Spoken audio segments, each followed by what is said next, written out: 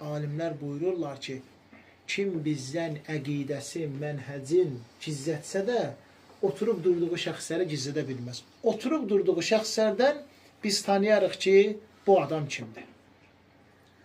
Əzəmətli qaydadır bu. Sufyan əth-Thawri rahiməhullah günlərin bir günü Basraya gəlir. Basrada Rabi' ibn Sabih adlı bir şəxs haqqında soruşur. Cəmaat deyir ki, şeyx, gündə 5 vaxt namaz qılır, meçiddə, sünnə əhlidir. Sufyan əth-Thawri deyir ki, kimdən oturub durur? Yoldaşları kimdir? Ay şeyx, bunun mövzuya nə əlaqəsi? Bu adam meçiddədir, əlindən Quran düşmür, elm alır, sünnə yaşayır. Mənə deyin görüm kimdən oturub durur? Cəmaat deyir ki, qədər inkarçıları ilə oturub durur. Deyir, onda o da qədər inkarçılarından, siz bilmirsiniz.